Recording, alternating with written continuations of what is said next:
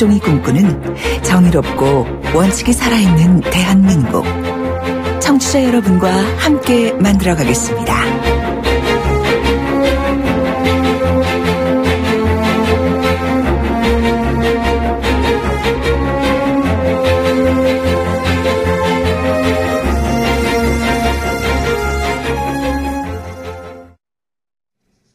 네. 곽수종이 꿈꾸는 이 정의롭고 원칙 있는 사회, 여러분들과 함께 만들어간다고 분명히 말씀을 드렸습니다. 그래서 제가 인터뷰를 시작하면서 여러분들에게 말씀을 드리는데요. 우물정 0945로 문자 메시지 보내주시면 여러분들을 대신해서 제가 질문도 드리고 인터뷰 연결되신 분들에게 여러분들이 궁금하신 점 직접 열어볼 수 있는 그런 기회 드리도록 하겠습니다. 단문 50원, 장문 100원입니다. 지금은 이 더불어민주당이 내일부터 경선에 참여할 선거인단 모집하고 있죠. 여러 가지 선거인단 모집에 대해서 사활을 걸 수밖에 없는 후보 진영인데요. 이재명 성남시장은 손가락 혁명군이라고 이름을 붙여서 열성적인 지지자들이 모이는 것 같습니다. 이재명 시장 대변인 맡고 있죠. 더불어민주당의 재윤경 의원 연결했습니다. 안녕하세요. 네, 안녕하세요. 예, 우리 재윤경 의원하고는 오랜만이죠, 저하고, 그죠?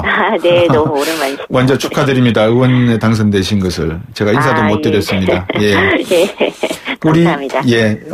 저 재윤경 의원 그러면 모든 분들 내리 속에 남아있는 게 죽은 채권 1조 규모 소각하자라고 했던 산타 주빌리 기획 있었죠? 네네네. 지금도 계속되고 있습니까? 네, 국회 들어와서 네. 2조 넘게 소각을 할 수 있도록 많이 협의를 해서 그러니까 그리고 실제로 금융위에서 일단은 가이드라인까지는 나왔습니다. 그래서 소멸이 완성된 채권에 추심을 하거나 그 매각을 하는 것을 좀 금지시키는 가이드라인이 나왔고요. 그게 전제돼서 제가 이제 많은 금융기관들, 대부업체들 이런 데에 지나치게 올해 연체된 채권까지 지속적으로 추심하는 것에 대해서 문제제기하고 좀 소각 결의를 요청을 해서 그래서 많이 소각을 했죠. 네. 이런 운동 같은 것은 계속 유지가 되는 것이 서민들이 아니죠. 이런 분들은 서민이라고 부를 수도 없는 정말 힘든 분들이죠. 그죠? 사채 채권은 이런 쪽에 있는 분들이니까. 미국의 엘리자베스 워런이라고 굉장히 유명한 채무자 권익을 위해서 정치를 하셨던 분인데, 이분이 표현할 때 채무자를 일컬어서 정치적 어떻게 보면 투명인간이다. 이렇게까지 표현을 했었어요. 그렇군요. 상당히 참 어려운 분들이시죠. 네네. 자, 방금 말씀드린 주빌리은행이 떠오르는 우리 재윤경 의원께서 이재명 시장과는 언제 이렇게 같이 일을 하시기로 하셨습니까? 제가 2014년 4월에 이 운동을 시작을 본격적으로 했는데요. 그 이전에는 주로 이제 상담을 통해서 구제하는 방법으로 접근을 했었고, 이게 너무 이제 사실 채권의 오래된 연체 채권까지 이렇게 너무 무분별하게 거래되는 것에 대해서 문제제기 하면서 이 주빌리 운동을 시작을 한 거죠. 청취자분들에게 주빌리 뜻을 좀 알려 드리세요. 말씀해 주세요. 주빌리라는 게 기독교 용어긴 해요. 희년이라는 뜻입니다. 그래서 성경에 나오는 7년에 한 번씩 7번째 되는 해 다음 해 그래서 빚도 탕감해주고 그리고 일종의 리셋을 시키는 겁니다. 토지도 반환해주고 노예는 해방시켜주고 이런 게 이제 주빌리인데 그거를 시작을 하고 이게 이제 미국에서 먼저 롤링 주빌리 운동 시작이 됐죠. 저도 그걸 모델로 해서 시작했는데 한 9월 정도, 한 8월 정도에 시장님께서 연락을 주셔갖고 성남시 같은 경우는 모라토리엄 경험이 있죠. 이전 시장님께서 너무 이 재정을 방만하게 운영하시다가 과도한 빚을 떠안게 돼서 시장에 당선되시자마자 이제 모라토리엄 선언하시면서 빚에 대한 구조조정을 성남시 빚에 대한 구조조정을 하신 경험이 있고 그래서 빚하면 내가 전문가다 하시면서 이제 요구를 하셔가지고요. 그게 인연이 돼서. 근데 재윤경 의원은 말씀을 너무 잘하시니까 제가 중간에 말을 좀 끊어도 이해를 하십시오. 어쨌든 질문 드리고 싶은 게 많아서 저도 알고 있고 많은 분들이 생각하기에는 문재인 사람이라고 알고 있었는데 왜 이재명 시장한테 갔어요? 우리 당 후보님들이 다 좋으신 분들이죠. 대표님 그 2012년에 제가 선거를 도왔지만 사실 또 개인적으로 문 대표님하고 네. 개인적인 인연이 있는 건 아니고요. 2012년도에는 대선 후보 캠프에 있었잖아요. 그때 공동선거위원장. 그때는 그러니까 시민단체의 그 시민 캠프 차원으로 결합을 해서 네. 그때는 일종의 컨셉이 그 채무자 문제가 심각하니 네. 이런 문제를 그 집중적으로 해결하겠다는 의지가 이제 그때 당시 문재인 전 후보님이시죠. 네. 이제 반영이 돼서 네. 그 컨셉을 중심으로 제가 이렇게 그 하게 된 거지. 예. 저를 보고 하신 건 아닙니다. 예, 아니 어제 어떤 분은 짐승맛도 못하다는 사람 말도 표현하고 이래가지고 혹시나 싶어 걱정이 돼서 저기 내일부터 경선 선거인단 모집하죠, 그죠? 당에서 200만 명 가량 이렇게 기대를 하고 있는데 가능할까요? 지금 촛불 민심이 굉장히 뜨겁지 않습니까? 아직까지 예. 꺼지지 않았고요. 예. 지난주 토요일도 다시 한번 놀라웠습니다. 그래서 이런 그 국민들의 열망 그리고 또 탄핵이 반드시 인용돼야 된다라는 여전한 그 여론, 네. 예, 흐름을 전제했을 때 그런데 그 사실은 그 탄핵에 대한 불안감이 조금 고조되는 것도 있고. 네. 그래서 정권 교체에 대한 열망도 사실 굉장히 높은 것으로 이제 그 각종 여론조사에서 나오죠. 나오는데요. 그래서 제 생각에는 많은 분들이 참여해서 경선에 참여를 통해서 그 열망을 표현을 해주시지 않을까 싶습니다. 이재명 시장이 한때는 촛불 집회의 가장 큰 수혜자로 그렇게 평가받았지 않습니까? 사이다 그렇죠. 발언, 뭐 사이다와 네네. 고구마도 있었습니다만은 어떻게 보세요? 안희정 지사가 지금 치고 올라오고 있어서 이재명 시장은 이제 다시 구름 사이로 들어간 것 같은데 어떻게 보십니까? 뭐 일단은 구름 사이까지는 아니고요. 예. 예, 뭐 그래도 안 지사님의 이 바닥 지지율보다는 조금은 아직까지 높은 수준을 유지하고 있습니다. 그렇습니까? 예. 보면 이제 그 이재명 시장님께서 예. 그 당시에 이제 어떻게 보면은 그 민심, 그 답답한 민심을 예. 조금 해소시켜주는, 그래서 예. 국민의 눈높이와 같은 수준의 분노, 그리고 같은 수준의 해법, 모색, 이런 게, 어떻게 보면 발걸음이 일치했던 측면이 있는 것 같아요. 근데 네. 우리 그때 당시 정치권이 조금 우왕좌왕했던 건 사실이잖아요. 네. 예, 이런 일이 없었기 때문에, 사실, 굉장히 요동치는 민심을 쫓아가기에 우리가 그때 당시에는. 급급했었다. 예, 조금 그랬던 것 같아요. 근데 그때 당시 이제 아주 용감하게 시장님께서는 조금 자유롭게. 네. 예, 민심과 거의 같은 수준으로 행보를 하셔서, 시원하게 이제 국민들이 받아들이고. 네. 이렇게 지지를 끌어내셨는데. 네. 이후에 이렇게 여러 가지 사람들의 마음에는 변화가 있겠죠. 그런, 이렇게 좀 분명하고 선명한 행보. 근데 그것과 동시에. 네. 네. 그 국민들의 마음 속에 네네.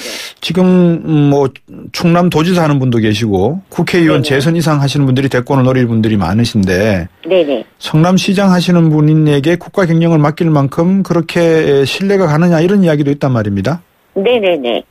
그러니까 이게 단위가 중요한 게 아닌 것 같아요. 네. 그러니까 우리 성남시도 사실은 100만 도시이기 때문에 네. 인구로 치면 적은 게 아니고 네. 경기도 같은 경우는 이제 기초단체장이라고 해도 예. 서울시는 이제 특별시다 보니까 이제 좀 기초단체랑 광역하고의 관계가 이제 조금 더 의사결정에 있어서 네. 자율권이 많이 이제 그 적은 편인데 그 경기도는 이제 좀 많이 있죠. 그래서 사실 이재명 시장님이 그냥 시원한 사이다 발언만으로 이렇게 인기를 끌었다기보단 그 이전에 네. 여러 의제들을 사실은 성남시를 통해서 던지고 네. 그리고 조금 더 선도하고 예. 근데 또 중요한 거는 그게 파격적인 것만큼 너무 과격해서 성남시에서 실패했다 그러면 사실은 이렇게까지 네. 많은 지지를 받지는 않았을 것 같은데요. 성공한 것이 대부분이거든요. 네.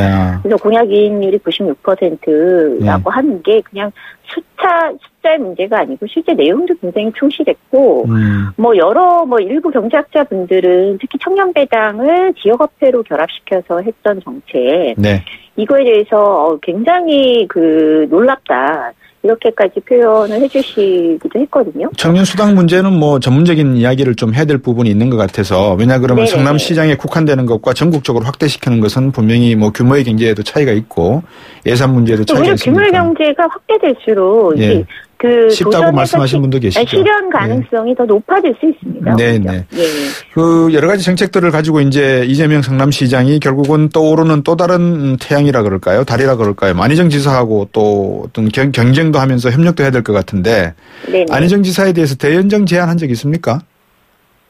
안희정 지사님께 대연정을. 안희정 지사의 대연정을, 그러니까 안희정 네네. 지사가 이야기한 대연정을 네. 받을 그런 생각도 있으신가 여쭤보는 겁니다. 아유, 그렇지 않죠. 저희는 대연정에 대해서 네. 좀 비판적인 입장을 내놨고요. 비판적인 거예요? 네네. 왜요? 이전에 이재명 시장님이 이제 박원순 시장님과 김부겸 의원님. 네. 불출마 선언하시기 이전에 세 분이 모이셔서 네. 다음 차기 정권은 누가 돼도 사실은 굉장히 풀어야 될 과제들이 쌓여 있는 건 사실이지 않습니까? 그렇죠. 그러니까 이게 민주당만의 의석으로 이렇게 여권의 힘을 가지고 정권 교체는 이루어지만 과연 이런 모든 개혁의 과제들을 완성할 수 있느냐, 이거 어렵다. 그래서 야권의 공동정부 구성에 대한 제안을 했었죠. 최은경 의원이 보시기에는 문재인 네. 대표의 대권 가능성이 어느 정도라고 보십니까? 글쎄요. 이거는 굉장히 어려운 얘기인 것 같은데 지금 예. 오늘 나온 지지율 보면은 거의 50% 육박하더라고요. 예. 지지율이. 그래서 그것도 사자 대결에서 그 정도 나오셨으면 네.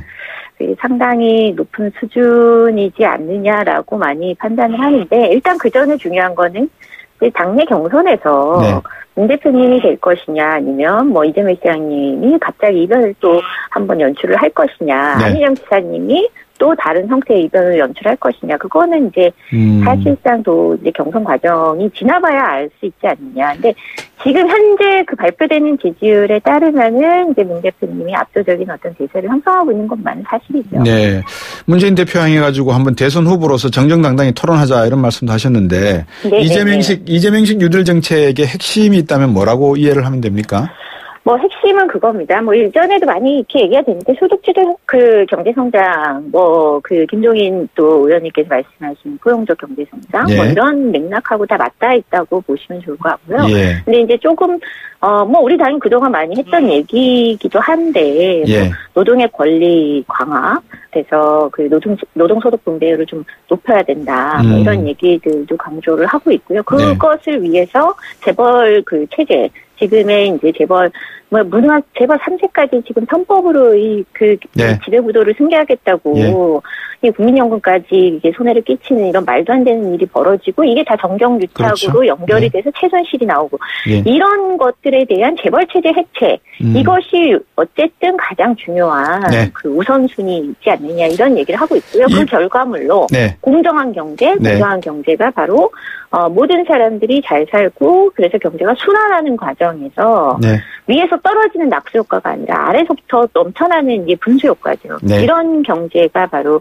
이 뉴딜이라는 게 루즈벨트 대통령이 1930년대 이 비슷한 정책을 폈죠. 네. 그래서 그런 걸 강조하는 겁니다. 네. 이재명 시장도 충분히 하나의 대권 주자 후보로서 중요한 인물인 건 틀림이 없는데, 방금 말씀하신 것처럼 아직까지 여러 가지 이야기들이 이렇게 정리가 안 돼 있는 것 같아서 언제 다시 한번 시간을 내어서 저들하고 말씀을 나눠주시면 감사하겠습니다. 네네. 감사합니다. 오늘. 네, 고맙습니다. 이재명 시장 대변인 맡고 있는 더불어민주당의 최윤경 의원이었습니다. 곽수종의 뉴스 정면 승부. 방송 들으시고 의견 있으신 분들은 지금 바로 샵 0945, 샵 0945. 짧은 문자 50원, 긴 문자 100원이 부과되는 휴대전화 문자 메시지를 보내주세요. 오늘 들으신 방송은 YTN 라디오 홈페이지와 곽수종의 뉴스 정면 승부 팟캐스트를 통해 다시 확인할 수 있습니다.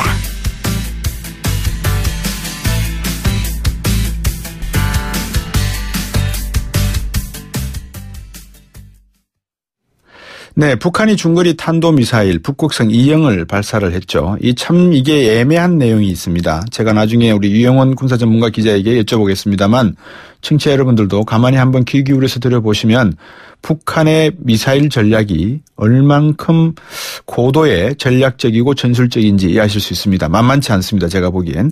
미사일이 어떤 무기 체계인지 조선일보 유영원 군사전문가 연결했습니다. 안녕하십니까? 안녕하세요. 예, 이 미사일 이름이 북극성 2형입니다. 이건 무슨 말입니까? 1형에서 2형으로 나갔다는 거죠. 예, 북한이 이제 아시다시피 잠수함 발사 탄도미사일 SLBM이라고 그러죠. 네. 미사일을 개발하고 있지 않습니까? 네. 이 미사일 이름이 이제 북극성입니다. 예. 북극성 1형으로 불리기도 하는데. 예. 근데 이 미사일을 이 잠수함 발사 탄도미사일은 잠수함에서 지상의 목표물을 공격하는 일종의 잠대지 미사일이죠. 예. 근데 이제 북극성 2형은 땅에서 땅의 목표물을 공격하는 지대지형으로 변형이 된 겁니다. 예. 그래서 이제 이동식 발사대에 실려 있는 게 좀 특징이고요. 네. 근데 이 이동식 발사대도 뒤에 말씀드리겠습니다만 종전에는 이제 바퀴 달린 차륜형 이동식 발사대였는데 예. 이번에 이제 북극성 2형을 발사한 것은 무한궤도, 우리가 캐터필러라고 그러죠. 이런 네. 무한궤도를 쓰는 이동식 발사대여서 예. 이제 전문가들이 주목을 하고 있습니다. 그 무한궤도라고 하는 것은 앉아있는, 고정되어 있는 상태에서 뱅글뱅글 돌릴 수 있다는 말씀이신 거죠. 360도 돌 수도 있고요. 예. 그다음에 이제 바퀴에 달린 차량들은 우리 이제 승용차처럼 네. 이 도로상을 주로 이제 달릴 수 있지 야지, 네. 논밭은 달릴 수가 없잖아요. 예. 네, 그런데 이제 무한궤도형은 이제 그런 야지나 산도 이동을 할 수 있기 때문에 그런 것들이 장점이죠. 근데 2형은 그렇다 그러면 북극성 2형은 미국 본토 공격용은 아닌 것 같은데요? 그렇습니다. 예, 이 미사일은 기본적으로 이번에 이제 발사된 것이 최대 고도 550km, 네. 비행거리가 500km였는데, 예.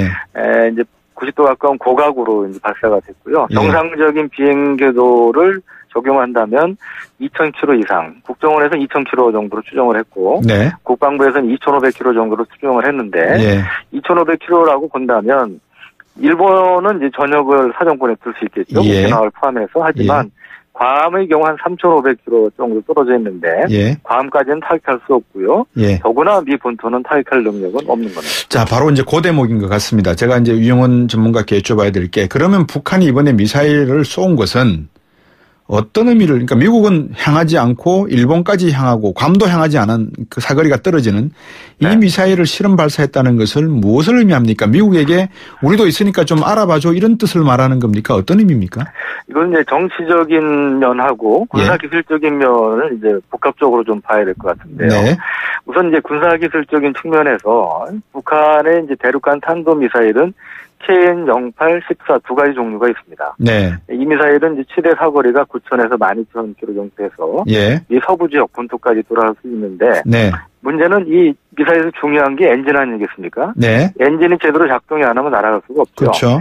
그런데 이 북한 ICBM의 엔진은 무수단이라고 불리는 중거리 미사일 엔진 2개를 장착하는 형태입니다. 네. 그런데 이제 이 무수단 미사일이 작년에 8발을 쐈는데 예. 한 발 빼고 7발이 실패를 했어요. 예. 그러니까 뭐 신뢰도가 엄청나게 떨어지는 거죠. 그러네요. 그러니까 이 무수단 엔진이 제대로 작동이 안 되면 예. 북한 ICBM이 제대로 날아갈 수 있겠어요? 그렇죠. 못 날아가죠. 안 되죠. 그러니까 네. 기술적으로 ICBM 쏘기는 어려운 점이 있었다. 네. 그리고 또 한 가지는 아시다시피 트럼프 행정부가 트럼프 대통령을 포함해서 굉장히 강성이지 않습니까? 네. 또 예측 불허의 그런 측면도 있기 때문에 네. 김정은 입장에서는 너무 세게 도발했다가는 잘못하면 얻어맞을 수 있다. 예. 이러한 이제 위기의식을 두려움 같은 그렇죠. 것을 가질 수 있겠죠. 이제 그런 면에서 이제 언론에서 요즘 일종의 뭐 간보기 도발이다, 뭐 제블라이다 이런 표현 쓰지 않습니까? 네네. 이제 그런 측면도 있다고 보여지는데. 네. 그럼에도 불구하고 이번에 이제 북극성 2형 미사일을 가볍게 볼 수 없는 것은 이것이 이제 액체 연료가 아닌 고체 연료를 쓰는 미사일이란 말이죠. 어떤 차이가 있습니까? 액체와 고체가? 액체 연료의 경우는 보통 이제 미사일 발사 전에 뭐 1시간 반에서 한 3시간 정도 주입을 합니다. 네.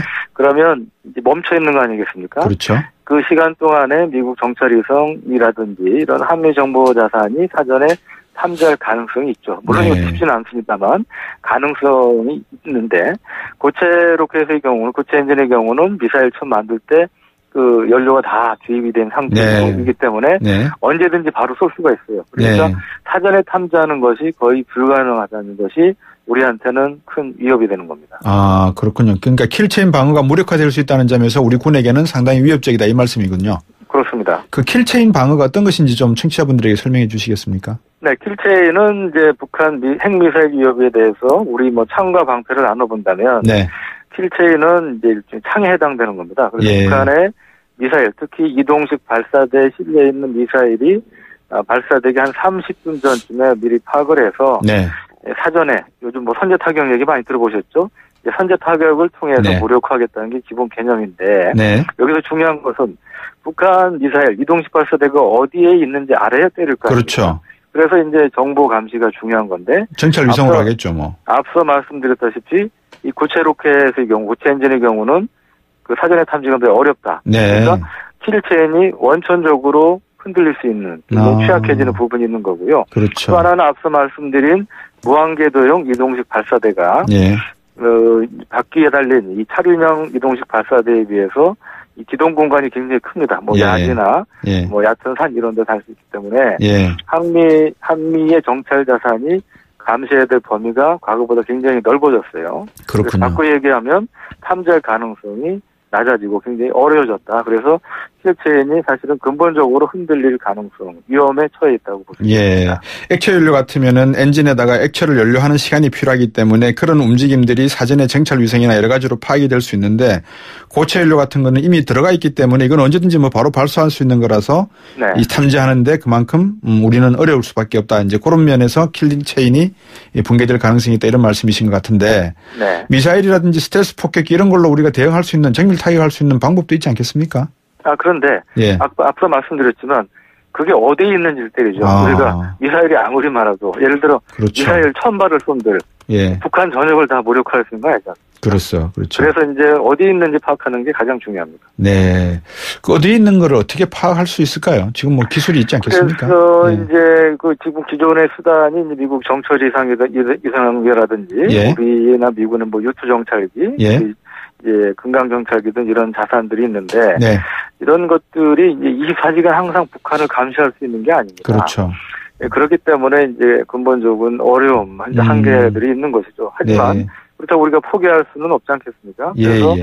이러한 이제 우리 나름대로 정찰 위성을 갖는다든지 그 무인 정찰기를 예. 좀 더 확보한다든지 이런 식의 노력을 계속 예. 기울여야 될 것으로 보입니다. 북극성 2형 이거는 페이트리어트 미사일이나 사드로 여기기 불가능한 겁니까? 패트리어트 미사일로는 불가능하다고 보여집니다. 왜냐하면 네. 이번에 마하 10 최대 이제 음속의 한 10배 정도 속도가 나왔다고 하는데 예.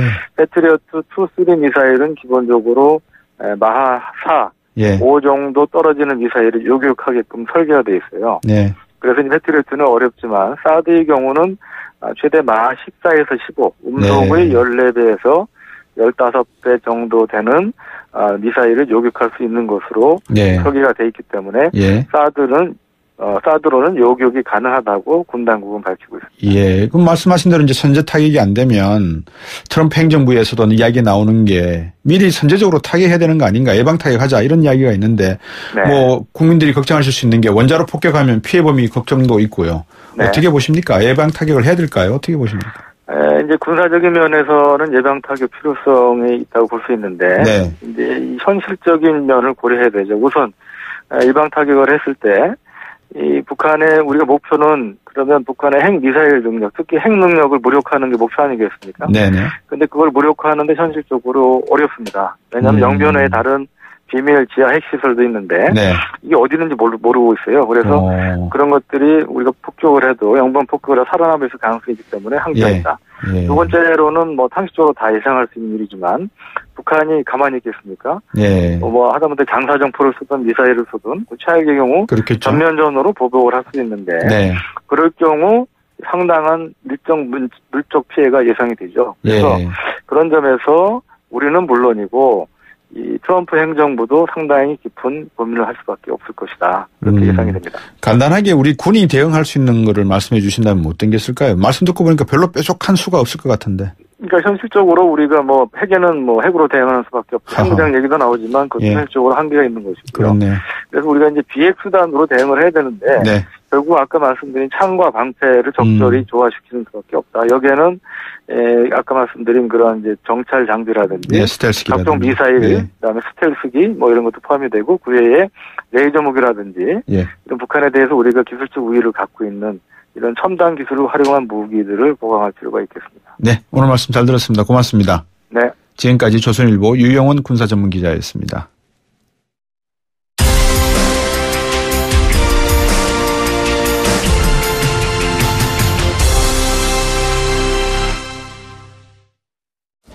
아유, 세 단계 종이 또 걸렸어. 정말 제보나 하려다가 미치겠네. 내가 진작 현대오피스로 바꾸라니까. 오늘 다 날 셀 거야. 이제 스트레스 받지 마세요. 사무기기 전문기업 현대오피스가 책임지겠습니다. 사무기기의 올바른 기준. 현대오피스. 고객님 사랑합니다. 배우 박서연이에요. 제가 뭘 잘 잊는 걸로 소문나 있잖아요. 근데 딱 한 가지 안 잊어먹는 게 있답니다. 대리운전 번호 2588 말이죠. 2588은 안 되는 노래까지 되더라고요. 좌우로 정렬 2588. 자, 따라해보세요. 이카운트 ERP 4만원. 회계관리. 이카운트 ERP 4만원. 재고관리. 이카운트 ERP 4만원. 생산관리. 사업 성공 함께해요. 이카운트 ERP의 모든 기능을 월 4만원에 드립니다. 이카운트 가입비 부가세 별도. 아이오페맨의 새로운 모델 조정석입니다. 발렌타인데이에 남자 선물 고르기 참 힘드시죠? 제가 팁 하나 드릴게요. 아이오페맨 트리플 리프트 세럼. 남자 피부를 더 탄탄하게 만들어주니까 그 사람도 당신도 분명 좋아할 거예요. 아이오페맨 트리플 리프트 세럼. 에이스 고객 지성 이보영. 침대를 말하다. 이 사람 가구는 그렇게 유행만 찾더니 침대는 스프링부터 소재까지 엄청 따져요. 당연하지. 몸을 위한 건데. 잡았으면 알 텐데. 침대는 가구가 아니다. 침대는 에이스다. 에이스 침대.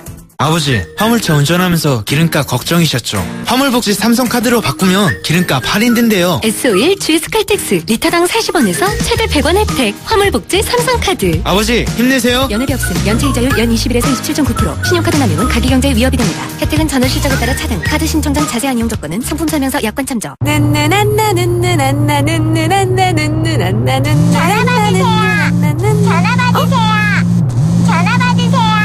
안 돼요.